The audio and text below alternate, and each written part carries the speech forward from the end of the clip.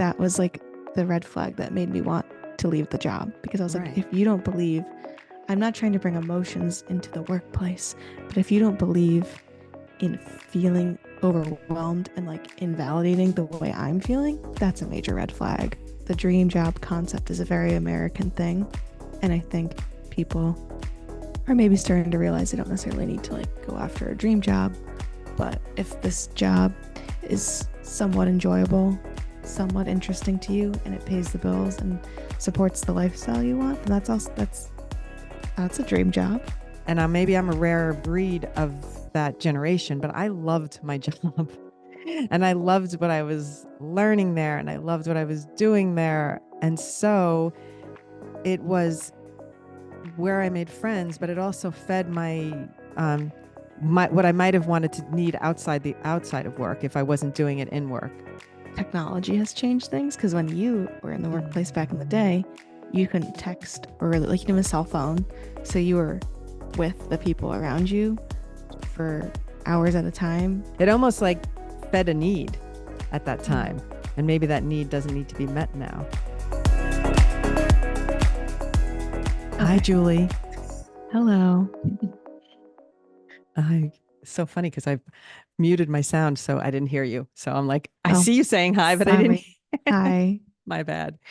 Hello. Welcome to another episode of yours truly with Helen and Julie. And as we dive into some fun topics, and now we're getting in deep with some potential controversial topics upcoming. Not controversial where we don't agree, but just where we'd have different perspectives from different generations.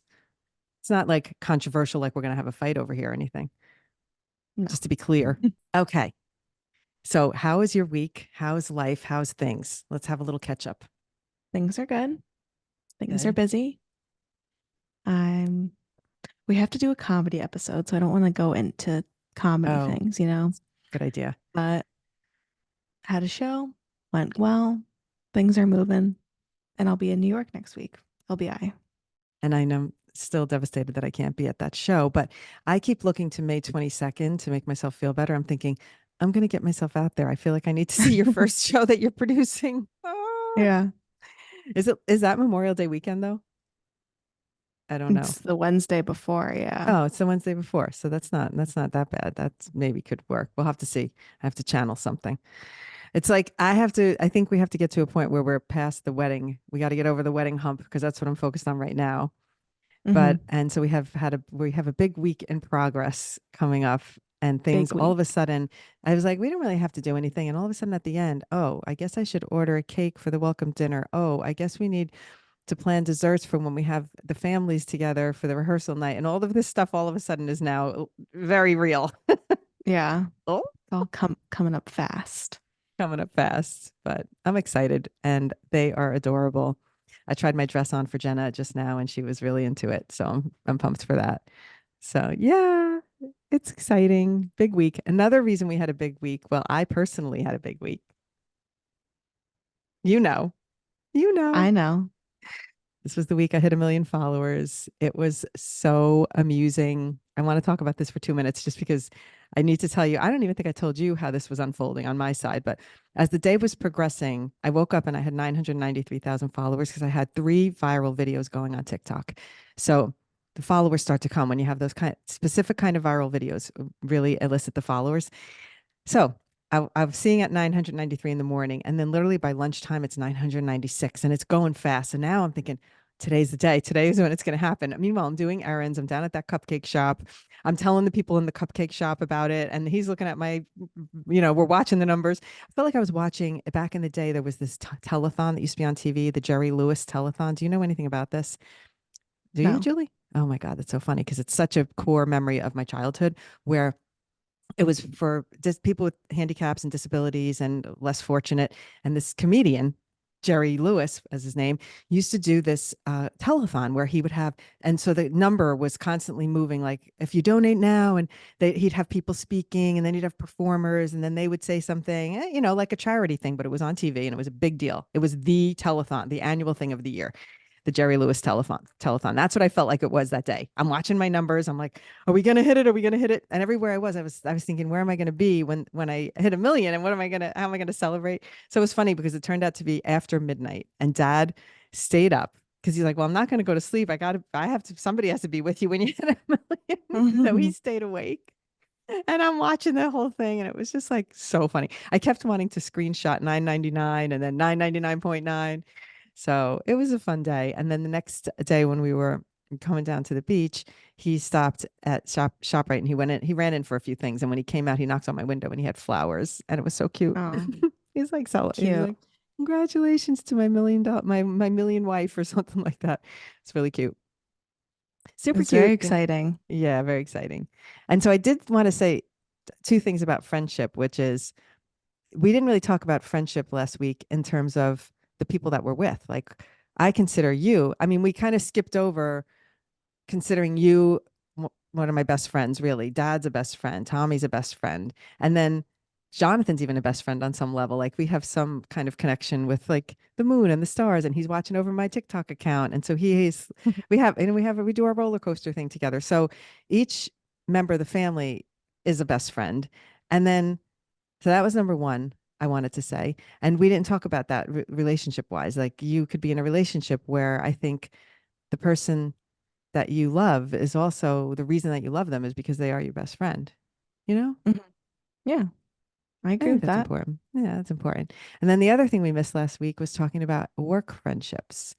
And I think that's going to lead into our topic nicely, if you're ready to dive in, which I'm is so ready. which is really how work life has changed. So I'm going to actually start by talking about friendships because I think this is something that is very missed right now in where this remote workplace that we don't have the opportunity to develop the friendships that I remember having in my first jobs. And my first main job was in advertising. And when I think about those days of working in that office, and we'd be there late into the night, and then at 5 o'clock, they would do happy hour at work. So we'd be having like happy hour in the office when that was allowed.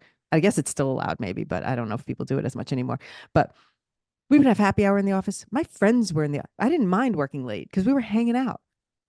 And I think that that's part of how things have changed in the workplace where you don't get this opportunity to have friendships with your coworkers as tightly. Like you might befriend a coworker, but you never get to that higher level of friendship because it's really limited to your Zoom meetings and then your personal chats when you're, maybe sidebarring, talking about someone else in the office. You know what I mean? When you Mhm. used to work with the group and you'd be like you'd really connect with one person and maybe something was going on in the office and then you would commiserate about that together, but you never really had that in person where you developed a friendship on a higher level.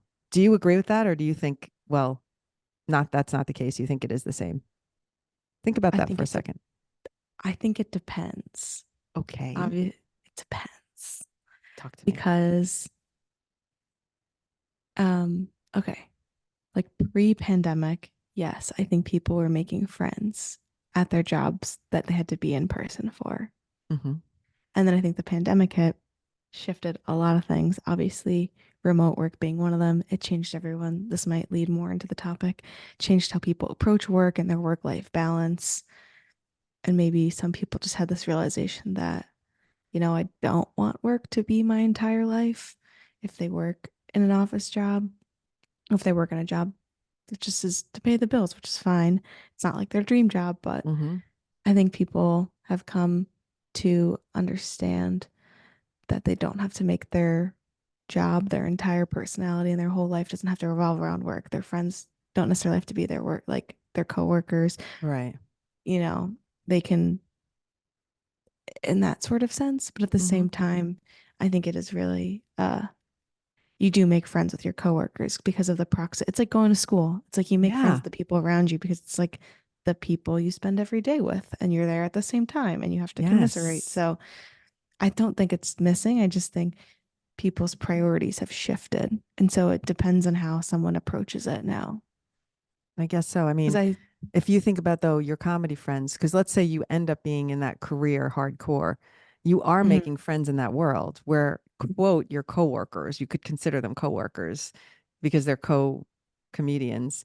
They're your friends. So yeah, you're developing it in the same way, just in a different field or a different yeah, structure. Like you don't have the yeah, structure of the work of an office corporate place where you meet at the water cooler or you're chatting about something, because everybody, we don't have the meeting at the water cooler anymore.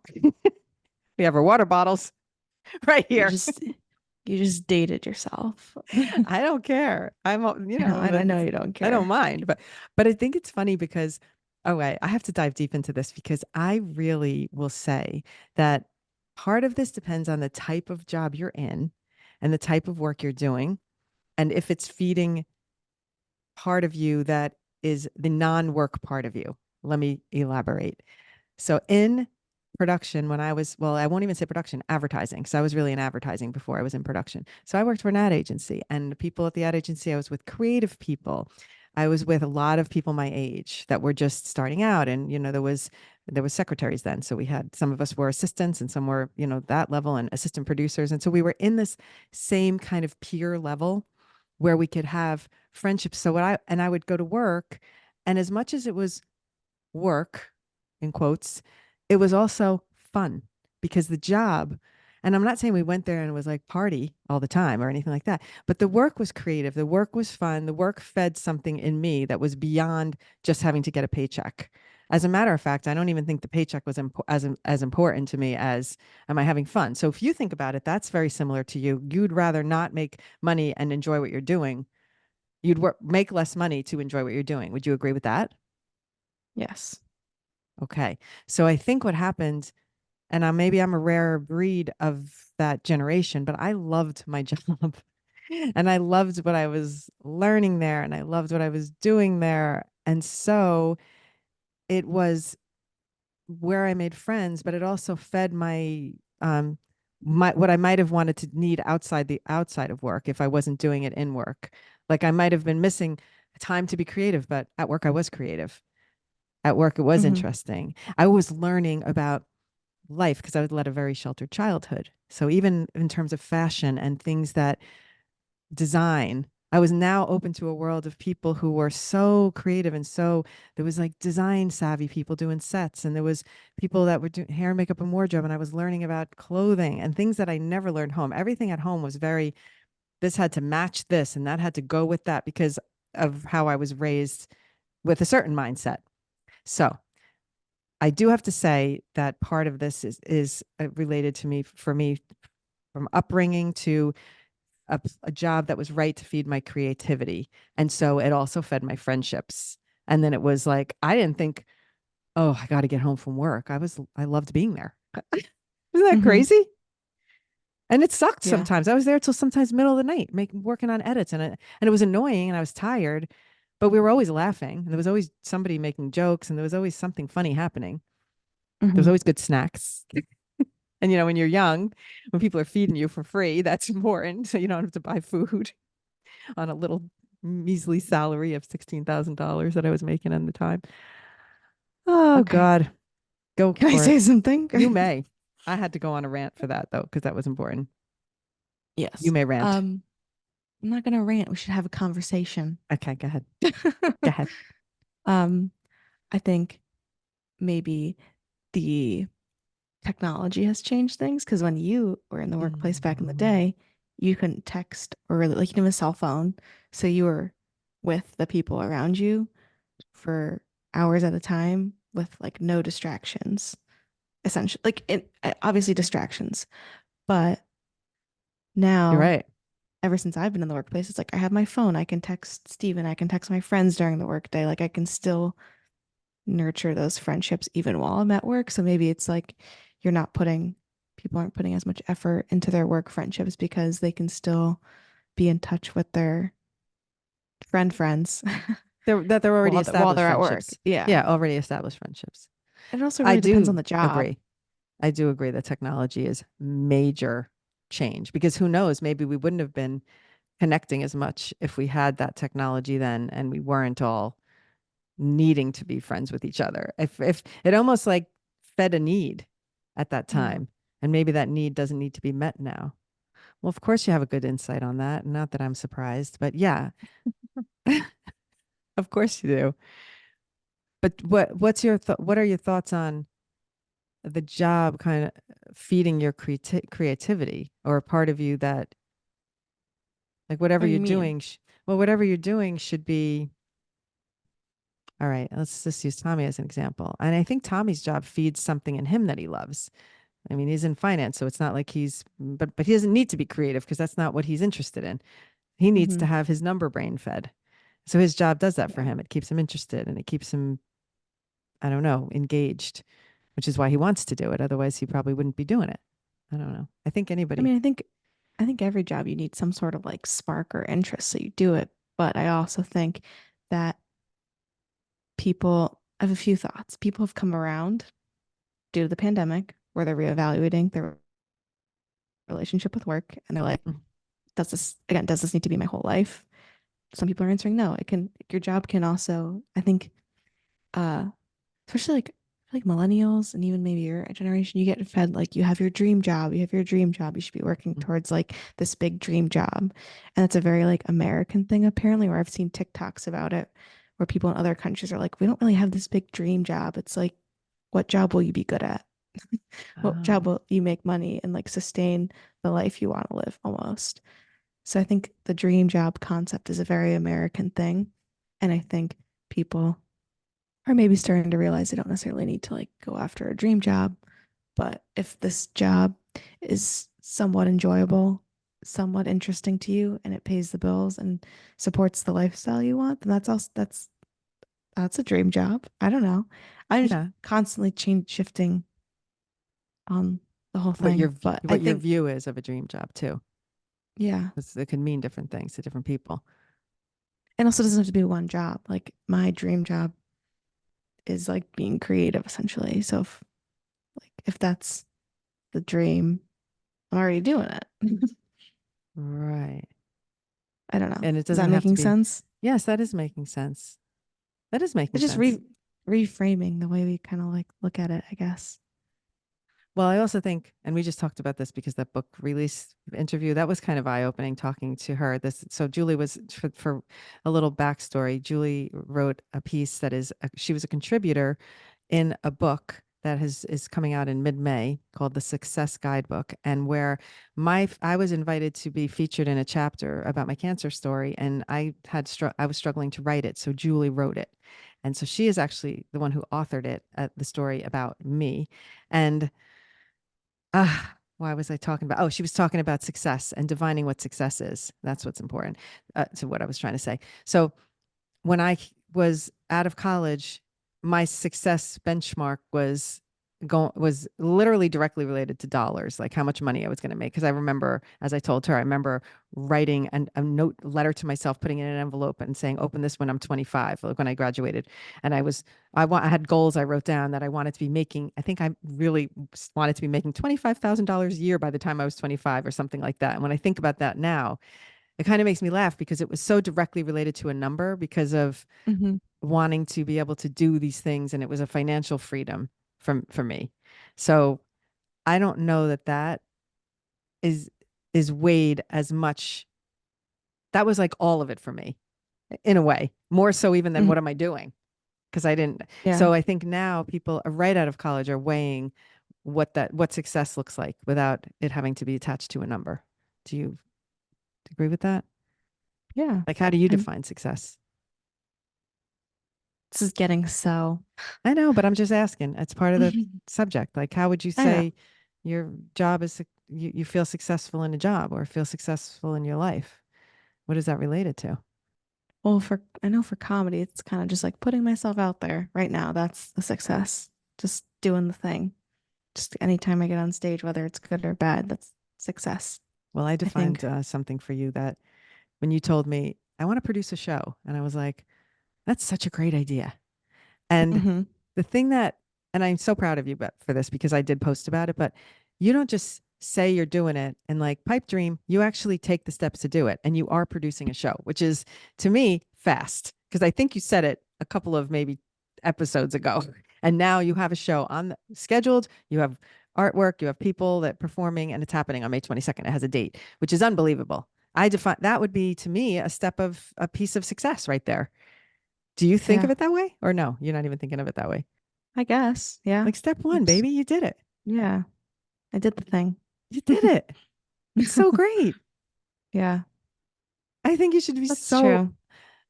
I know I amazed by am excited yourself. about It's, it. I mean, that was not, another person would not even know how to begin or where, what to do that. And you have a venue, people, you have a plan, you have a brand, a branded idea on it. You have now an Instagram, we can say. I don't know if you want to announce that yet, but you have an Yeah, Instagram account. You sure. have, it's all happening. You're It's doing it. happening. Yeah. It's so That's impressive. thanks. I think you downplay a little. Like I would be blasting that from the rooftops. Like I got 1 million followers on TikTok. I'm producing a show. My first show is May 22nd. I know it's hard to self-promote, but it's not even about self-promote. It's about sharing your excitement that you're doing the thing.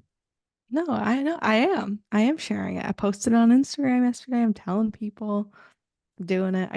I think part of me is like I like to be very prepared before I like announce something or go into something. So Yes. that's part of it. Like the lineup's been set for like 2 weeks now. I've had the So good. graphic for over a week. I've had the So handle good. for weeks. So it's more just like feeling ready to share it and feeling confident about it. It's great. I think it's just so exciting. And it's just another way of, I know we were this whole idea of redefining your work, but you are creating your own work. You're Hmm. creating your own role. It's not like you're going to a company and you're applying for the job of comedy producer. You know, Yeah. it's not like you're going to a network. You are creating the job. And I Hmm. think that part of sort of, this is so funny because Grace McCarrick was talking about this on a one of her, I think a TikTok or something, where she was like, there's so much opportunity now for people to redefine what they're doing in their Hmm. life, not within, I'm not even talking about within the corporate world. I'm talking about in general. Like, yeah, the opportunity is there to really, we can all make our own websites very easily in our own house. It used to be impossible to make a website. Now you can make your own website in, Squarespace. Everything's user friendly. You can create your own brand without even being, like you said, you're ready. Like without, some people can do it without being ready, and all of a sudden their brand is way ahead of them because it picked up traction. So it's Yeah. just kind of cool when you think about the opportunity that's out there. It's just that we're so used to this structure of what a job has to be. I think a lot of Yeah. people are stuck. I, yeah. People do get stuck. I feel like I never thought like, oh, I need to have, well, like maybe I did a little bit when I graduated, like, oh, I need a 9 to 5 and I need Right. to do like climb the corporate ladder and do X, Y, and Z. But I feel like not that I gave up on that idea really quickly, but whenever I did get myself into those situations or scenarios, I did not love it and knew that that was not really my path. Because Right. even on jobs when I was contracting 9 to 5, or when I did have a full-time job for like a year at social agency, yeah, I liked it and I enjoyed it, but it was always missing something. I was going to say when you were younger in one of the moms from Chatham, I think we talked about this on one of our first episodes, how one of the moms from Chatham saw you organizing something with a bunch of the kids at one of the, I don't know if it was a sport thing or whatever, but she said, Julie's going to be a CEO. She's like not going to be, she's not going to be working for someone. She's going to be the boss. It was really funny. And it's really very fitting to who you are, that Yeah. you have a vision for things. So you have a clear, so sometimes that makes it difficult because you might see, you have great insights into, you're working for someone and you might have better ideas than them, but you're not in a place where you can say, my ideas are better than yours. I have a better way to approach this, because you can't, you're not in that role. And that becomes a time waste of life when Yeah. you have to wait, you have to wait, you have to wait. And some people will do it. They will like bide their time, or they'll going to pass it, they're going to get through a couple of years doing this job and then they'll do something. But you never really had the patience for that. I could see. Yeah. Yeah. Yeah, I feel like in previous jobs, I've either been in a role where I felt like my skill level and like the work I was providing was like above my pay grade, or like or I knew more than my boss about something in particular. And then that makes it hard to Yeah. like want to be at that job, or kind of experiencing like a toxic workplace and just not having the not the bandwidth, not having being in a toxic workplace and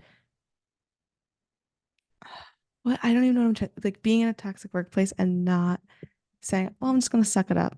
Like this sucks, but Right. I'm just gonna keep like no." As soon as I realize things are getting bad, I'm always like, this is not worth my time, Right. my energy, my stress. So we're gone. We're gone. Right.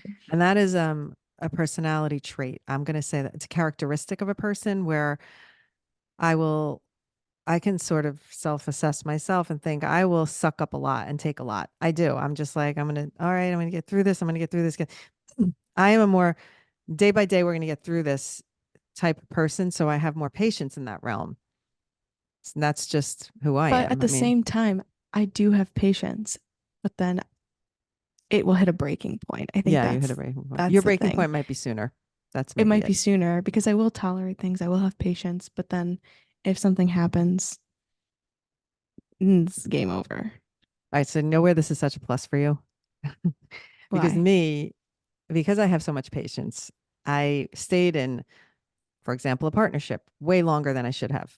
I mean, I should have 2 years when I knew that thing was going not well. I ended up in it 2 more years. That's a long time. And I tried to continually make it better. It might have been even 3 more years. It was a few years where I just like, we're gonna figure out how to make this better. And I'm gonna have this conversation and it's gonna I guess in my I kept always thinking for the take not taking the high road, but thinking I could make it better. And that's something that I look back on and I think, oh, I don't want to say I lost 3 years because it had to happen the way it happened for me to be here Yeah. now. But I sometimes think about that. Oh, I wish I would have just gotten out of that 3 years sooner because then I might have had 3 years more of an advantage directing. Instead, I waited Mm-hmm. longer. So then it was like 3 years down the tubes of me. I could have been cultivating a directing career sooner.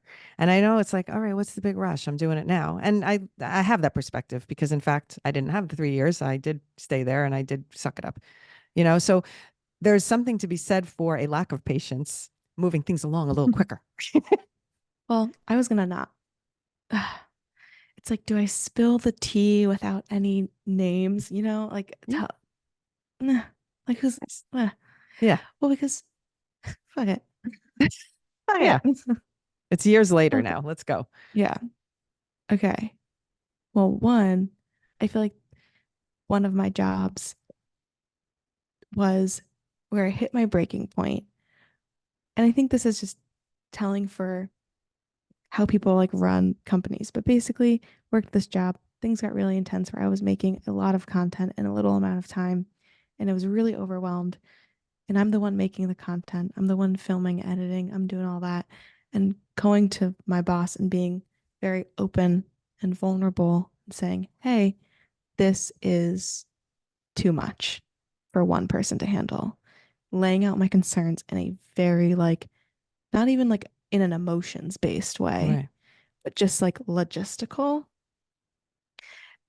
So laying that out, them having rejected me, and then kind of following up and saying, When you said they rejected you, what define that? Like just like, almost denying that you're what you feel. almost denying what I'm saying.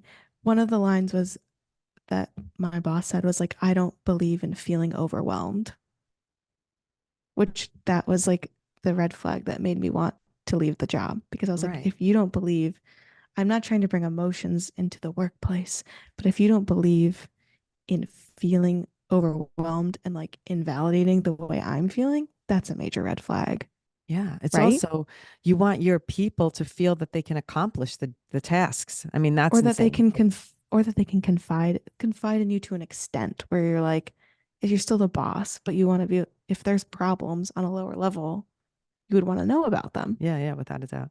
Yes.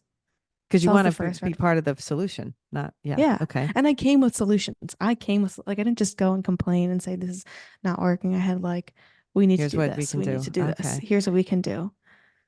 Rejected. Well, not rejected, just like denied, made to feel invalidated. Yeah, and then what was the turning point? Just because was that the turning point, or you think it was Well, I think just a put that was put off? Because as I remember it, it was like, oh well, we can't do that, we can't fix that right now, but we will eventually. Like, was there a flag it was dangled in kind that of, way? yes, it was like a carrot dangled. Carrot, that's the And word, at the not a flag. time, a flag dangled. Well, just like at the time they were like, "Oh, we're gonna promote you. You could will like hire like people to be under you. You can manage a team." And I was like, "Well, when can I expect this to happen? If you're gonna like tell me that this is Hmm. something." Fair enough. And they just said, "Well, you had a really bad day last week, so I you have to like re-earn my trust back." That's nutty. One bad day delays an entire promotion and invalidates like a year of intense work. Oh, geez. Isn't Oh, that awful? yeah, that's not so good. That's not so good. And I guess I speak from the standpoint of I'm very concerned about if, especially when I'm in a production, making sure that everybody is appreciated, everybody is feeling comfortable with the amount of work that's happening, everybody is feeling like they can accomplish it. Do you need help? What can I do to help? How can we make this better? And that's like a big part of what I feel the management's role is to really assess the Hmm. situation. And because if you have people, that just is not going to make for a very pleasant working environment. And when people are happy and appreciated and feeling valued in their work, they will deliver 10 times Yeah. over. But in my 2 weeks notice, friggin' mic dropped on them. And They the didn't week think you after I would do left, anything. everybody, they didn't think I Oh, was going to do anything. oh, I mic dropped my 2 weeks notice. And then the week after I left, everyone got raises.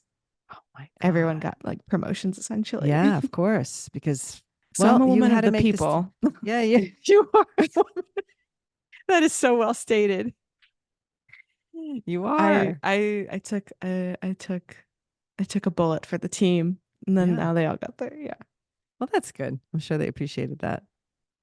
I think they And did. sometimes something like that has to happen to jolt somebody into reality when it comes to management people. It's something because everybody is going to think, oh, they'll just do it. I don't have to make it better. Like they don't have a choice. They'll just do it. And that's not necessarily the case. If one person makes a choice, then you can see, oh, this is definitely going to trickle down to other people.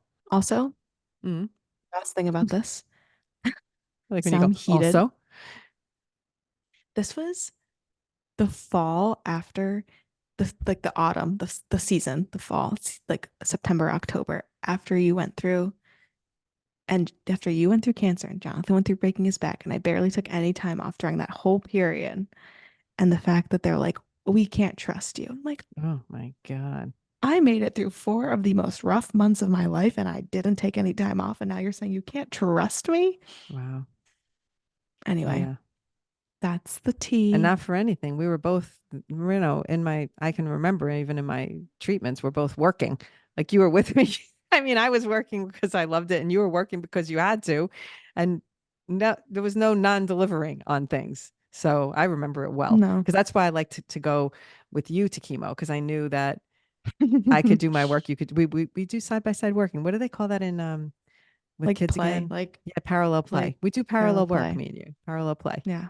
Parallel play, parallel work. And we're very happy to do it. So I think that was helpful to me. So I will also come to your defense and say you were working the whole time and you were also helping me with my work because at the time I couldn't see. I had two Can you jobs. answer my emails for me? All right. I would be dictating to you, let's say. Yeah. Oh, those were the days. All that to Those say, were I the think days. that work has really changed over the like work is not the same as it was even 5 years ago now. And the way people view work has completely changed. And it's really interesting. I don't think it will ever go back to the way it was. I think we're forever Never. changed. So I want to say this too, because as much as technology was, it changed the corporate life, how you were in it and how I was in it. But I will also say this. I used to have to be at work because there was no this to make phone calls or laptop to do work. So I had to be there. And there was things I missed, sometimes devastatingly so. Crying on the Hmm. floor, trying to make Christmas calendars. I think at some point we talked about this, and I was crying. I couldn't get to the Halloween parades on time.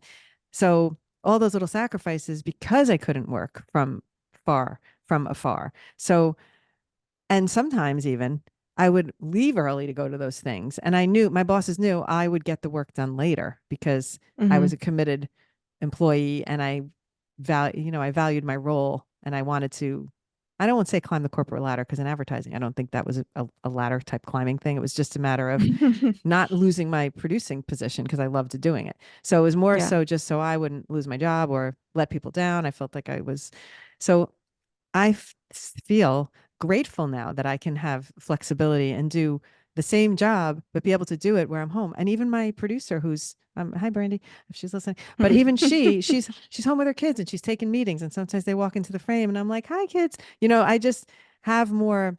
I have more empathy for that. I also am willing to work around that because I remember doing it myself, and I know if you're a committed person, you're going to get the job done. So if your kids are bothering you now and you're going to deal with that, and then later on you're going to do it. And I always trust that work ethic is in the people that I work with because I had Hmm. the same. And so because I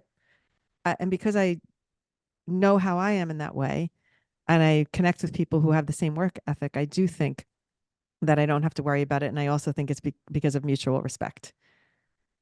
Yeah. So, Yeah. I agree. I and think I'm if you, almost more I think, concerned about them, but like, don't work too late. You have to get your rest. You know what I mean? I'm like more worried about them getting rest. yeah, I think we're in a turning point of work We culture, are. We are. and I'm so glad that I'm young while it's happening because Yeah. it's I think I can start to wrap it up, but I think it's everyone has come around to say, especially people who like work in offices where you Hmm. don't need to be in an office, you know? Like, Yep. why am I here? Why do I need to That, be here? If I can accomplish this from home, if I don't have to spend 2 hours commuting, you, you know? So I think yes. there is the new look on life where it's like, why am I spending the prime years of my life in a gray office building? Are coming to Yes. everyone's frontal, whatever, and they're realizing that maybe that's not. And if it is for you, great, because Yes. I the want to old say boomers in yes. charge love it. Well, the boomers in charge, and I also think there's value to some young people who need. There are, I will gonna throw myself under the bus, but there are extroverts among us who like socialization, and it is hard Yeah. maybe for you to see that side of it because you're like, I don't need that. That's not what I'm looking for. But if people who are like that, like how we have talked about, I get my energy from other people, and how you, when you're Hmm. with other people, sometimes your energy gets sucked out. So I think in Hmm. the same way, there's people that let could benefit from being with people because they do grab energy from other people. And I think there is some value to having be able to go to a place where maybe you want to collaborate with people and sit in a room and have some laughs and joke around because you're a social being. And then sometimes you don't know how, you might have to then force yourself out at night because you need socialization. So there's some level. I mean, I think there's two sides to it, Julie. I don't think every person needs it, but I do think there's half, just as you might say to me, well, I get exhausted from being near people, then I would say to you, yes, then don't be near people. Like Yeah. get take yourself out of it. But there's people the opposite of you that need it. And so Okay. therefore the workplace would be helpful for them. I agree. But also, Okay. like, if they need people, then they can. Workplace is a great start. But then it's like, why wouldn't they try and find a place to So, socialize that's okay. more about their hobbies? And then it's like another avenue of like, I Possible. don't know. Okay. Fair. Just That's it's fair. No, no, that's fair. This is, believe me, we are not, like I said in the beginning, this is not us disagreeing on a topic at all. This is us looking at it from all the different sides. Because yeah. I do think when I think about those days of work and they can never be replaced, I feel that I was in the trenches with these people. And there's people right now that I could call and be like, and we get together sometimes, there's like little reunions. And when we see each other, it's memories of a time and it was positive memories. Hmm. So Okay. I do think that it's just a I'm not different way to saying you're cult. wrong. No, no, I know you're not. I'm just saying, this is the whole point of this is to share the point of views of how different it is and how what I got out of it and how I think about those friendships. It's really funny because we always used to talk about that first job at that first agency and how I want to just talk about this for 2 more minutes, how that even the bosses were so loved their job and you could tell and they really liked each other. So that whole culture, culture, that's the word. Like company culture is so important in it because it's not that we all went there and it was like the drudgery. We all got energized from being there.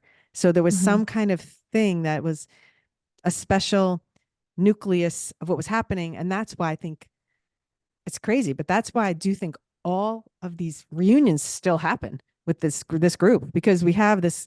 We were in the trenches together and we laugh about it all the time. It's like going to war when you're with your comrades, because sometimes the bosses didn't less necessarily like the cuts, and then we had to re-edit. And so there was somewhat of being in the trenches and in the job. Anyway, I just think it's different times. Obviously, the workplace has evolved tremendously, but I do think when it comes to personalities, some people do feed off other people in the in-person way that other people don't, and some people need it for their work. So it's fine to have, but that you should be able to choose what I think Yeah. I'm going Yeah. deep. I The think person in I charge think should be able to choose. Go ahead. I Help me. think the root of it is I think people just want more control, more choice on how they spend their time. It's not about like, oh, do they want to go into an office? Do they want to work remote? Because whatever. It's like, would you prefer to work from home so that you have the time to do other things? Like just being able to have the choice, I think, is what is important. Like Yeah. give people the choice to go to an office if they want to go to an office. Give people the choice to work from home if they want to work from home. Like where are they going to be most productive? Yeah. And it can also be the job itself. Like choose the job that has the right fit for you, Yeah. which more than anything, because maybe if you're a hairstylist, you're going to a salon every day, then that's just Well, reality. yeah. You know what I mean? But I'm saying, so choose the job that feeds what you need. And this is back in the day, there was this thing where you could pick, you could do a quiz and you could learn like what type of role you're best suited for. I forget, it was like a color Mm-hmm. book or something like that. That's a really helpful thing to analyze about yourself, to know I need a job where I'm in person more, or I need a job where I have more flexibility, or I need a job where I don't have to work that many hours, but when I work really intensely for those few hours, whatever that is. I think that we're evolving as a society when it comes to work. And Mm-hmm. I'm glad that people have more options. I think that's helpful because it's going to help mental health for people to be in the kind of role that works for them instead of being stuck and thinking this is the only option for me. Mm-hmm. That's, I think, is the most important thing. I That's agree. it. All right. Did we come to a good place? Yes. How do you feel about this episode? I feel that I have a call in 15 minutes, so I need to wrap up.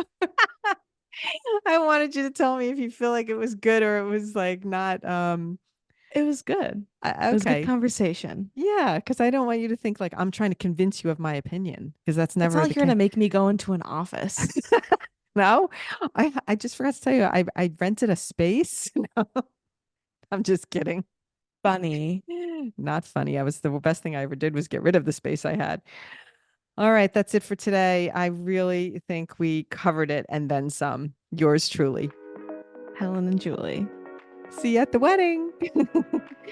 If you enjoyed the episode, as always, leave us comments, reviews, whatever. We love to hear feedback. And, I have some people in my social media life who literally leave me voice messages on my Instagram about when they're listening to the episode. So, hi, Nicola, made with mud pottery. She is the one that is famous for doing this. And it's so adorable because I get these voice messages about and she's like, I just heard your, and she does it with this cute accent. Just listened to your podcast. And she does this cute little thing and she tells me what she thinks. And I love it. So we love to hear from you. So thank you, Nicola.